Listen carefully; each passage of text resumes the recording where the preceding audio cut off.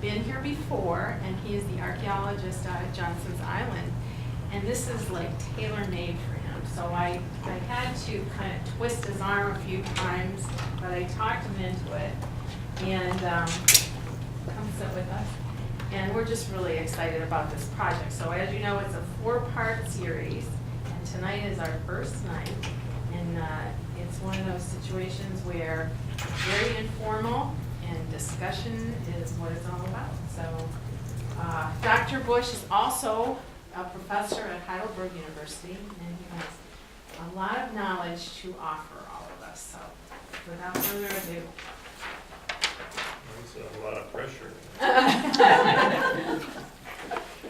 I'd like to say hello and want us to introduce ourselves so that we get sort of a feeling of what this group's all about. And I have just a, Debbie mentioned that I'm an archaeologist at Heidelberg, and that's true. And I'm also an anthropologist. I think mostly myself as an anthropologist, so this kind of really does, this particular book is sort of interesting to me. But I'd like you to tell us your name, where you're from, okay? Just in terms of where you reside, not your address, just some sort of city or something. Something about why you thought this was a good program to participate in, if you would, and then tell us something about you so that I'll be able to remember you, some interesting fact about you or something, all right? Is that too much pressure? Can we just start over there? Howard. All right. Well, I knew I was first or last. Yeah. Hi, I'm Larry Hatton, and I live here in town.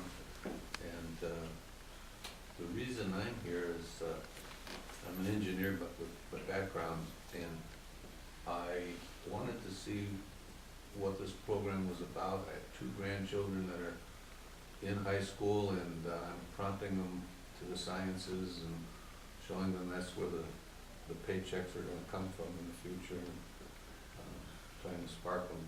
And so far, I think I'm working it well, but maybe you can give me some more ideas. You sound like a very good grandfather. My name's Laura Hanrock. I'm from Huron, across the bridge. So I'm glad it's tonight, not tomorrow night, because I understand it's going to be bad. I teach 6th grade social studies, and I love Jean Auel. And when I saw her on the list, there was nothing that was going to keep me from coming here. So I'm glad the snowstorm is tomorrow night. But I am part of a bigger project with National Geographic Society.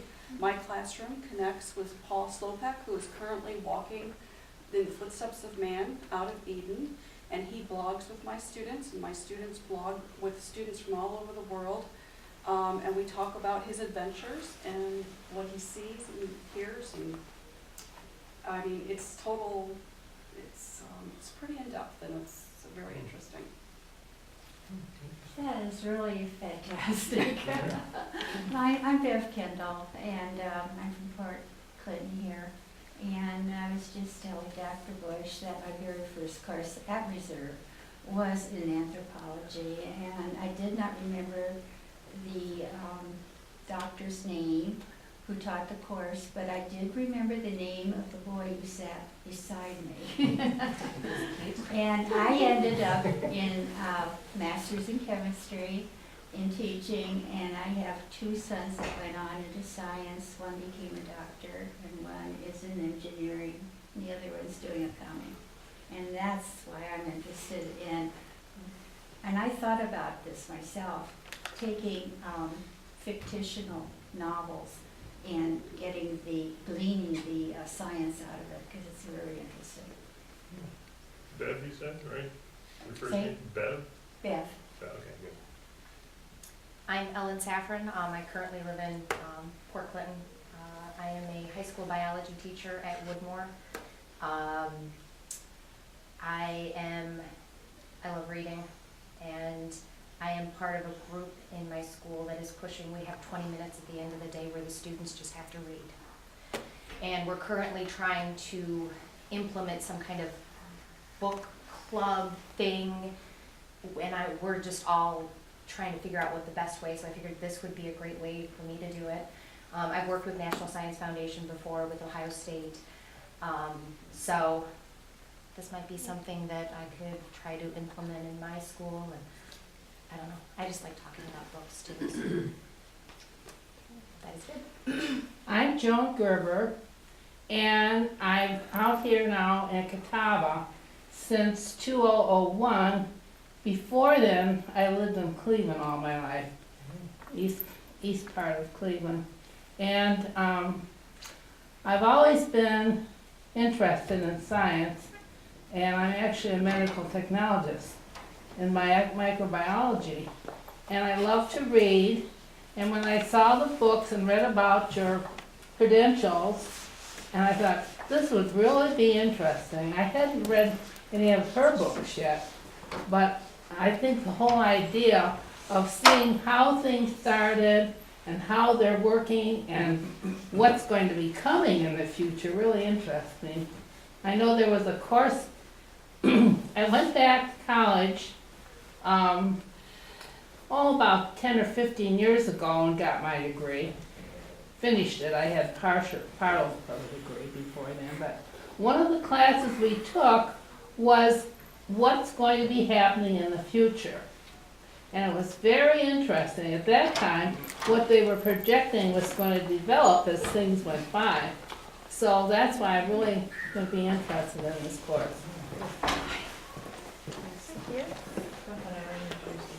Oh, okay. I'm Sue. I'm interested in science also. I'm a nurse, and I've always been drawn to the sciences. And I love book clubs. I'm from Danbury, but originally I'm from Massillon, Ohio. We had a fantastic book club there, and I really haven't had another one formed yet up here. When I heard about this and these books, I wanted to join. This library has all kinds of clubs. Oh, yeah. It's really cool. This is a great library. Well, I'm another Alice.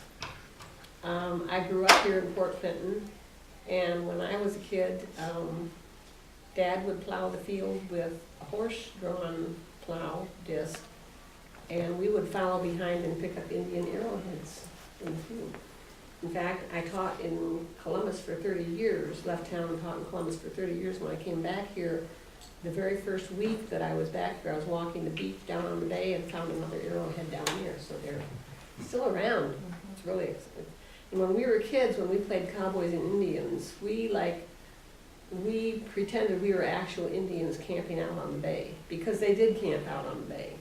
I mean, the bay was much more conducive place for fishing and anything they wanted to do, because the lake could get pretty wild. But the bay is pretty calm. But taught English and biology in Columbus and stayed with the sciences there. I thought, I've always enjoyed science. So. I'm Lauren, and I live in Port Clinton. I've been in Port Clinton for 15 years now, so I guess that makes me Port Clintonian. I'll call that now. So I've been at the library almost as long, and I've always enjoyed libraries. I've always enjoyed reading. When we moved around, the library was among the top 5 places that we had to go when we got to a new town. Always find the library, join the library. So I guess it was sort of natural that I would go back to school and finish my degree and become an official librarian. So that's what I did, and it's worked out well. Claire the Cave Bear, which is the first book of this series, was one of the first books I can remember that stuck with me as a teenager. And it took this woman 30 plus years to write all these books because I waited a long time for her to get to the end of it. So long, in fact, that I never quite finished Shelters of Stone. So when this came up, it sort of renewed my interest in the series, and I didn't want to go out of sequence, so I went back to Shelters of Stone. I'm currently trying to finish Shelters of Stone, and then I will get to this and finally complete the series. But I always remembered reading Clan of Cape Bear and how much I enjoyed it and the detail. I was just struck always by it and have measured many books by the detail that she put in that book and every book since then on the life of this young girl and as she grew and as she experienced different things as she traveled. And that was always sort of very fascinating, and I always wondered how she did that research to create that world in a fictional way for us. So it sort of brought it to me, and so I was interested in coming to the series for that. So I haven't read the book yet, I'm a bad librarian, but I am Well, we getting might there. spoil it for you, you know. Yeah, that's We all have right. to talk about a little bit That's of all those right, things. I will have to live with any spoilers that I get. Well, you want to savor that book anyway. Yes. You don't want to rush through it. I didn't want to rush, and I didn't want to start this when I had only gotten about halfway through Shelters of Stone before it was due, and I had to bring it back. And then I never got back to picking it up because there's so many things to read. I just Okay, finished we that had- one.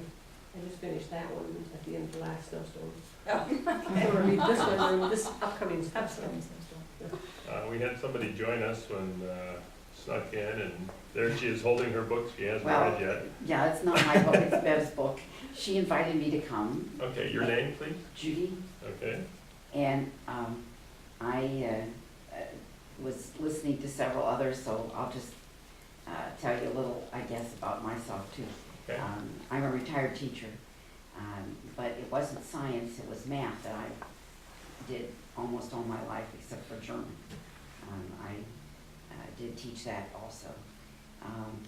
I'm interested in science, and so that's what brought me here. And I do belong to a book club in Port Clinton. It's the oldest one, the oldest club, I think, in Port Clinton, at least that's what I'm told. 1888 is when they were formed, and it's called the 88 Circle. And so, at any rate, no, I not only haven't read the book, I don't have the book yet, so, at any rate, I was gonna say, I was gonna just, I didn't know if I was the only one left to talk, but I was gonna just look through this real quick and see what we have. It'd be a miracle if you could get through that book in 3 minutes. Just the Take cover. your speed reading course. One thing I have to say about the book, I got a Kindle recently Mhm. because some other book was too heavy to carry around.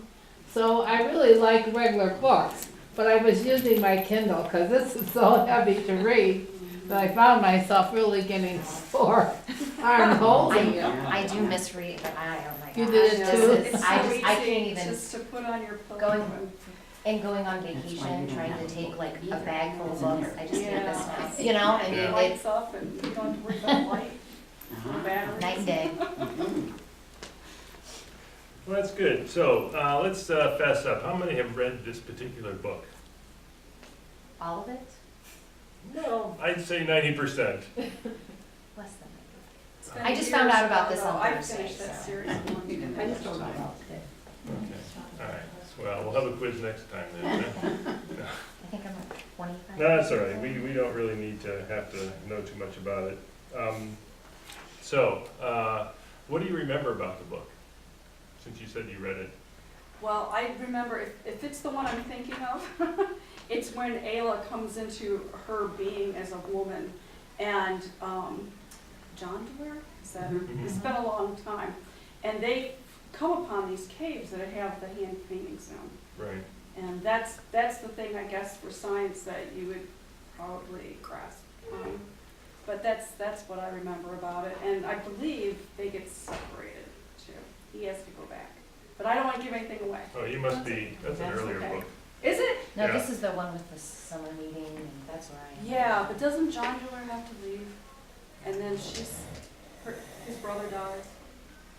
Oh, his brother dies all the way back in. Oh, so maybe I'm getting the books a little confused. That's Like I not- said, I read them a long time Yeah, this ago. one came out in 2011, so Okay. maybe one you haven't actually. No, I've read it. It's just Her been a long brother, time. Mammoth Hunters is when. This is the very last one? The last one. No, I've read them all, but I'll have to go back and read it, I guess. Skip it or something. Yeah. What else do we know about the book? Who else has read the book? Somebody had their hand up over here. Joan, have you read the book, Joan? This book? Yes. Yes. Okay. What did you think about it? Well,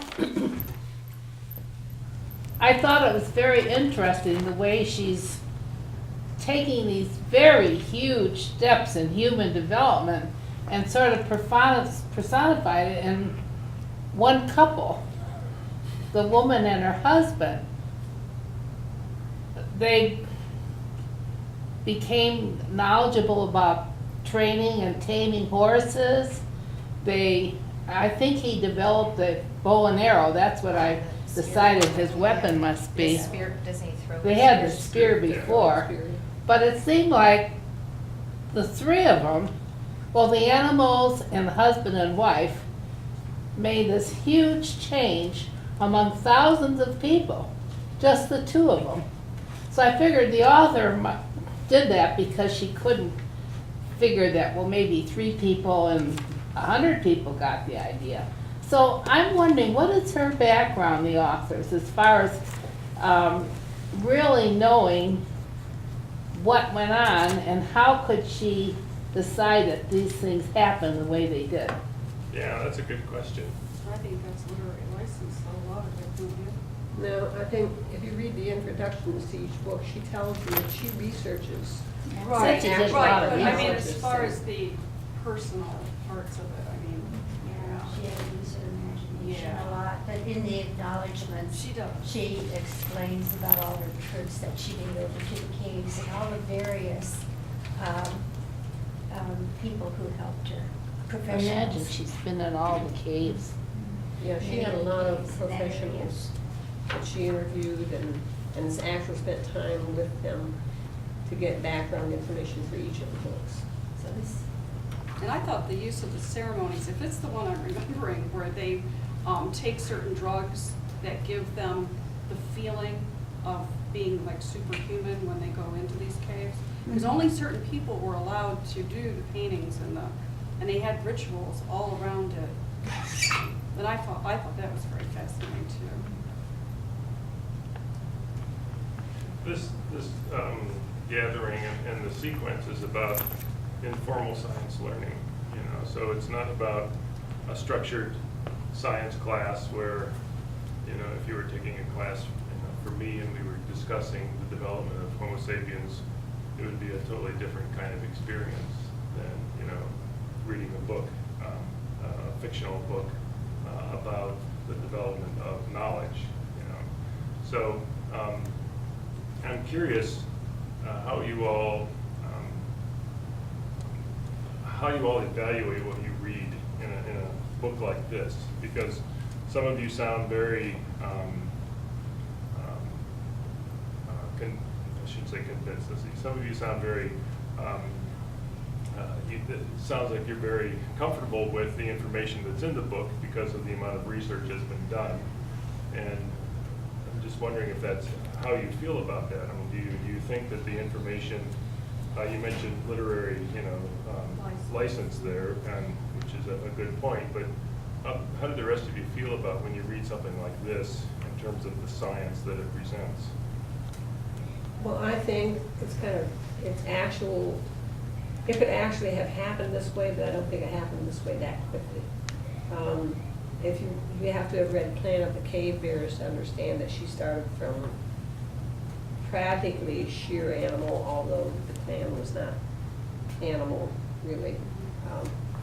But it started with a really low level of intelligence, it developed intelligence, and developing intelligence. And for her to have, for human beings to have progressed that rapidly, like in this short span, these books, just a few years, I think that may be exaggerated. But she didn't develop it all herself. She and John Blair learned all this from other tribes and then brought it back and incorporated it into their own tribes. And that, I think, is very realistic. I think the swapping of ideas, the traveling traders, the storytellers, I think they were all very important in developing what they come to in this book. Because Auel's tribe didn't even have a spoken language. She came from a tribe that did all the hand gestures. So I think the author kind of brings you into this world that you knew at one time probably existed that way, and then develops, you know, into things that you do recognize from history and learning about cultures that ties in so well with the book. But our first clan definitely had a culture of its own. Oh, yes, but they didn't speak. They didn't have, they did sign language in her first, when she was little, when she was first separated, yeah.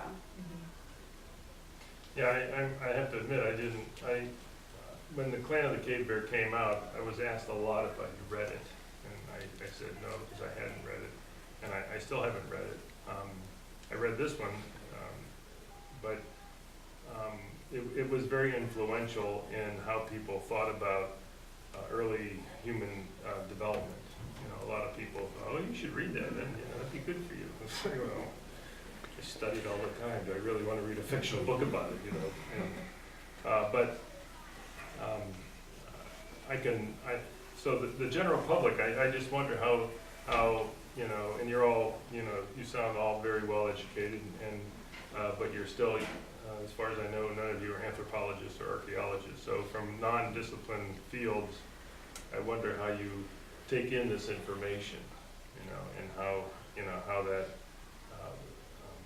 how you react to that. There are certain things that I found in the book, like the spear throwing, for instance. I was going to bring one to actually show you what they were talking about. If you haven't ever seen a spear throwing device, it's actually what we call an atlatl, where you can project. It's a short stick that you attach to the back of the spear, so you can actually project it faster. And so it's more than just the spear thrower itself.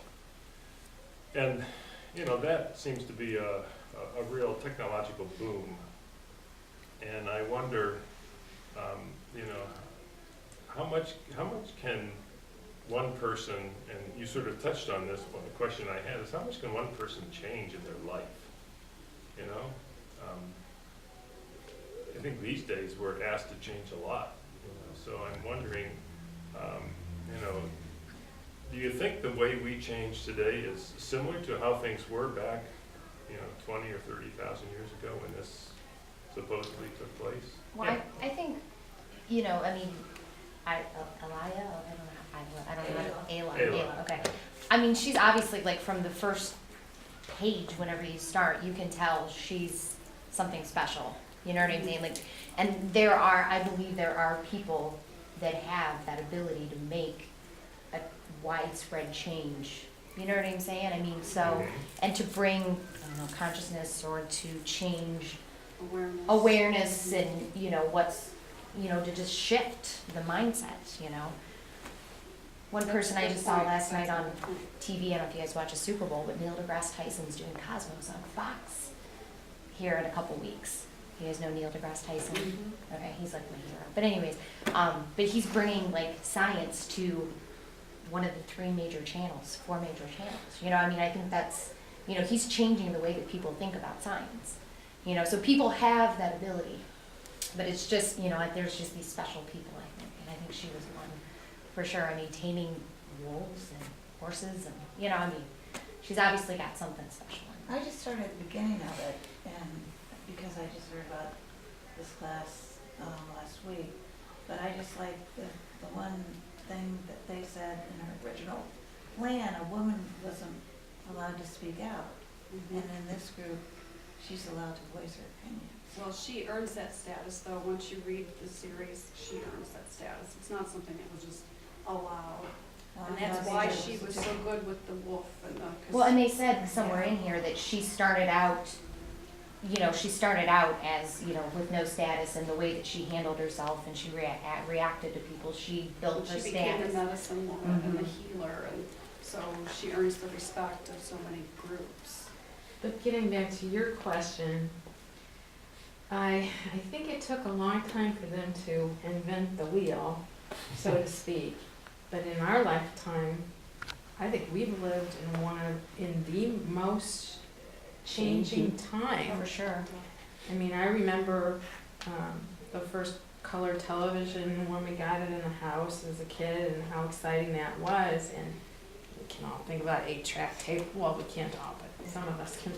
8-track tape players and cassettes and, you know. And Beatles. It's, yes, but on technology We got levels, the it's telephone. I remember the telephone. the telephone, yeah. I mean, think about how much we have seen in our lifetime of change, and we're not, there's still more coming every year. There's some, And don't you grasp the technology that you want, that is going to help make your job easier or to advance you? or I you mean, have some to for survival. technologies we don't really bother with, but Yeah. others, and I think that would be true of something like the spear thrower. You know, if you see that, of course you're going to want one. You're going to want to learn how to do that because it's going to make hunting a lot more efficient. So I think that's a part of it. Let's talk about that a second, because I'm always challenging my students to think about a lot of these issues as well. And we are a society that craves, we're told to crave change, we're told to crave things that help make our lives better. Do you think all societies are like that? Do you think that every human culture from the beginning of, you know, the Cro-Magnon or the Neanderthals were thinking in the back of their mind, there's gotta be an easier way to do this, you know? I wanna chill out on a Sunday. I'm gonna watch the Super Bowl game or something, you know, and, There are many of us who think developing too fast is not a good thing. yeah. I refuse to let my great nieces and great nephews bring their electronic gizmos into my house. I want them to come in and talk to me, and I tell them point blank, if you want to play with that stuff, stay home. We played board games. They didn't know Parcheesi till they came to my house. Yeah. But now, That's a great rule. I like yeah, that. they go all kinds, they got, I don't know if you know Jackie Byro, they got in a big time argument with Jackie Byro over Parcheesi, because Jackie did have no mercy on these children. And she just whipped them right off the board. But they don't get that anymore. And these kids liked it so much, they went home and told their parents they want less TV and mom and dad play with us more. So I have I students think like that, progressing yeah. too fast is not a good thing. I think, and there are a lot of us who, I don't know about the rest of you, but sometimes I find it hard to keep up with some of the electronic stuff that's happening. And I tend to like, if I get too frustrated with it, I just push it away and say, because I don't need to go read a book. Well, look, all the laws cannot keep up. I mean, the technology's over here and the laws are still way back here. Mm-hmm. You know, that NSA thing was a big example of that. I mean, maybe everybody knew that the government was, but we have no laws to protect individual rights or privacy rights. Like, you know, it's pretty scary, you know. But then you have other cultures that are thinking the way they did hundreds of years ago. At least Yes, hundreds. yes. So, My students are shocked at some of Paul's blogs as he's going out of Eden and he talks to the Bedouins. And we just went through the fire cure, because these are people that still heal you by burning you with big nails. And she knows exactly where to place them to do the cure. And people today in the modern Saudi Arabia will drive to this Bedouin woman to be healed when medicine doesn't work for them. And it was very interesting, but you're right, some people still live in the 4th century BC. And like it. So the advent of the spear thrower, for instance, as a technological change, what's the advantage of that, of having a spear thrower? It goes farther, if I remember right. Makes it easier to gather food for survival, so that you can gather more food and preserve it On a safe for survival distance. during the hard times. Okay. And they protected themselves from the lions too. I mean, so then didn't he use at the very beginning to, Yeah. Oh, that's right, I remember it, see, Yeah. yeah. like that was the first thing, you know? Okay, but not everybody accepted the spear, though, the spear thrower right away, did they? No, I mean, there were still factions who thought that was probably some kind of gizmo, to use your word. and they didn't accept the taming of the horses or the wolf. Oh, yeah, the either. horses always seemed to be, Yeah. and the wolf especially, they were very afraid of the wolf, and, you know, were all these newfangled ideas that they had to contend with. So, what do you think, and I don't want to get too far off track here, because I'm sure we can discuss this under some of the other categories, but what do you think is one of the major, really phenomenal changes that humans have gone through in your lifetimes? I mean, what would you think is one of the real revolutionary changes that have happened? I'll give you an example. Like, for instance, the spear thrower might be one. The advent of fire might be one. You know, where you actually learn how to cook with fire. You mean old change? No. Old I change mean like a change that occurred, You mean say, in the like last 100 electricity? years. Well, electricity, yeah. Electricity would be a good example of that as well. Indoor running water. Yeah, I would say clean water, yeah. Okay. I would say computers because, Refrigeration. because of, I didn't grow up with computers, but the kids today know everything, backwards and forwards, and it takes me a long time. And you see little babies playing with iPhones, and, Yeah, you know, I to- mean, To do the things that they just take for granted. I would say that internet technologies have made our world smaller as far as cultures and the people connection, Mhm. whether that's good or bad. I just want to put an insertion here. Sure. I have always wondered, what is it that stops one culture from advancing rapidly, whereas another culture will advance rapidly through time, centuries and so forth, and yet, what stops that culture? Different Yeah, forms no, of that's- government. 'cause that's I Governance. teach a really government good now. question. Well, I Governance. see. What is Go allowed in even, society. go into Africa even, some of them, what stops some cultures from going? I don't understand it. What do you, as an anthropologist, that would be my question to you. Well, I'm not allowed to give answers. That was Oh. there's no answers today. Would it be that the people in those cultures that don't move as quickly, who would like change, would be like Ayla and leap and move on? You think about the migration of people who left Europe to come to America, and so perhaps it's traveling is it very isn't that, important. it's the ones that can't accept that the culture won't change, Mhm. leave that culture and go to a different area to explore the things that their mind wants to explore. Well, I wasn't Or being for better flippant things. with government, though. No, I really no, wasn't, no, I because certain understand in governments this do day not and allow, age, really, well, for all throughout history too. yeah. I don't If know. Ayla had stayed with the Well, I clan, teach it, and there is a lot of, what you're allowed to do and expected to do in Yeah, societies. That's really true, even now. if Ayla had stayed with the clan and progressed the way she wanted to, she would have truly been ostracized. Oh, yes. She would have Because- never been yeah. able to do what she Yeah, did. they would have ended up killing her Right. because she was a threat to everything that was traditional for them. They didn't understand No, the way that her mind wanted to approach things. They didn't. if she had dropped in Accepted. fire,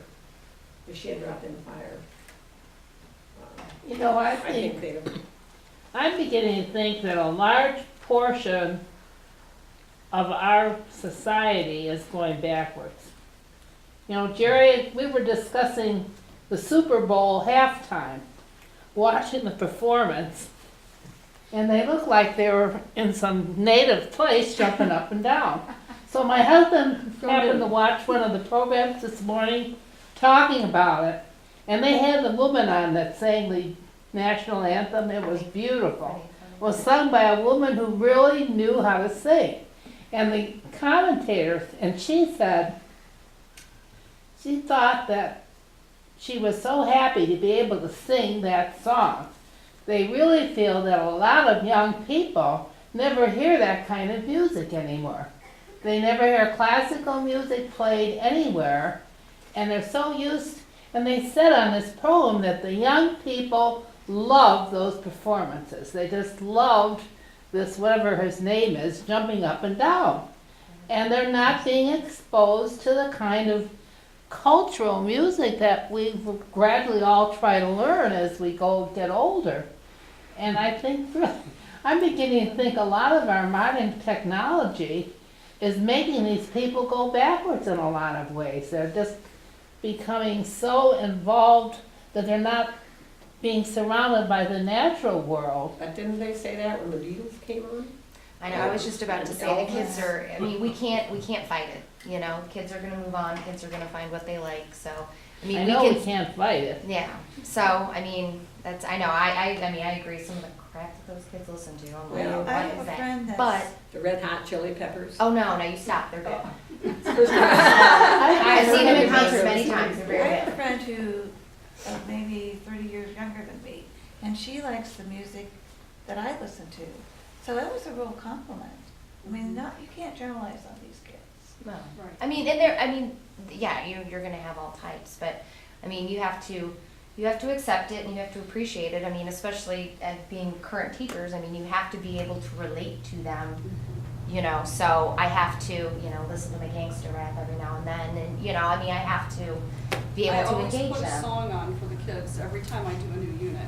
And, you know, because song engages, it does, and there's so many great songs too. And I use all different genres, Mhm. so, but yeah, you've Well, got to hook them. Getting back to what you were asking, people have often been persecuted for their ideas. So, when you were saying that you won't move, you know, why have certain cultures not moved on? Well, I mean, when they said the world was flat, and the history is filled with evidence of that, people have been killed for their beliefs and trying to move forward. They got information, I mean, Galileo, you can go back into history, and it's just not accepted. Yeah, societies are typically very conservative, and your question's a really good question, and I think it begs another question as to why our society is so bent on change. Why do we drive ourselves so much to come up with new things all the time? Do you think Why- that's just the core of being American though? I think Is it's, that an American thing now? Because Russians and Chinese do that too, Italians, French, yeah, I think. they have their drives. Yeah, I think it's more of a reaction to current society, the way a lot of cultures are, you know.